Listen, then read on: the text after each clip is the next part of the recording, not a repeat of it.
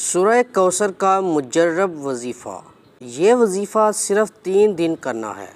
صرف 3 دنوں کے اندر اندر آپ کی جو بھی بڑی سے بڑی حاجت ہوگی، جس بھی مقصد کے لیے آپ اس وظیفے کو پڑھو گے، آپ کا وہ مقصد انشاءاللہ 3 دنوں کے اندر اندر پورا ہو جائے گا۔ آپ کا مقصد کوئی بھی ہو، آپ کی حاجت جتنی مرضی بڑی ہو، آپ کی پریشانی کوئی بھی ہو، آپ جس بھی مقصد کے لیے اس وظیفے کو پڑھو گے، آپ کا وہ مقصد انشاءاللہ 3 دنوں کے اندر پورا ہو جائے گا۔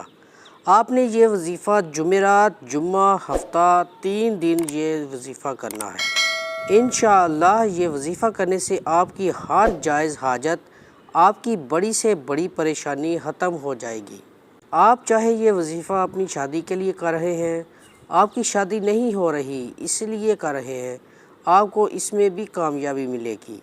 آپ بے روزگار ہیں، آپ کو کوئی کام نہیں مل رہا، آپ اس کے لیے بھی یہ وظیفہ کر سکتے ہیں۔ آپ کے دشمن ہیں، ان سے چھٹکارا پانے کے لیے بھی آپ یہ وظیفہ کر سکتے ہیں۔ کسی کے دل میں آپ اپنی محبت پیدا کرنا چاہتے ہیں تو اس عمل کے لیے بھی آپ یہ وظیفہ کر سکتے ہیں۔ آپ کی کوئی بھی حاجت ہو، کوئی بھی مقصد ہو، آپ اس وظیفے کے ذریعے اپنا مقصد پورا کر سکتے ہیں۔ آپ نے صرف 3 دن اس وظیفے کو کرنا ہے اور انشاءاللہ 3 دن کے اندر اندر آپ کا ہر مقصد پورا ہو جائے گا۔ اس وظیفے کو شروع کرنے سے پہلے درود شریف لازم پڑھیں۔ آپ نے وظیفہ کس طرح کرنا ہے؟ آپ نے سورہ کوثر پڑھنی ہے۔ سورہ کوثر قرآن پاک کی سب سے چھوٹی سورہ ہے۔ سورہ کوثر قرآن پاک کے 30ویں سپارے میں ہے۔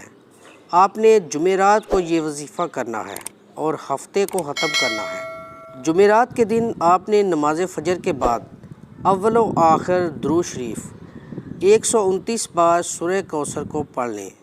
پھر نماز عصر پڑھ کر اس وظیفے کو ایسے کریں اور اسی طرح ہی آپ نے نماز عشاء کے بعد کرنا ہے۔ اسی طرح روٹین سے آپ یہ وظیفہ 3 دن کریں۔ آپ کی کوئی بھی حاجت ہے، کوئی بھی مقصد ہے، اس کو ذہن میں رکھ کے آپ نے یہ وظیفہ کرنا ہے۔ پورا دھیان وظیفے پر رکھ کر آپ نے یہ وظیفہ کرنا ہے۔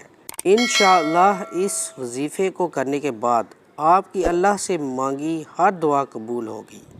ناظرین، ویڈیو پسند آئی ہے تو اسے لائک اور اپنے دوستوں، فیملی ممبرز کے ساتھ شیئر کیجیے گا، اور جنہوں نے چینل کو سبسکرائب نہیں کیا وہ چینل کو سبسکرائب کر لیں۔ جزاک اللہ۔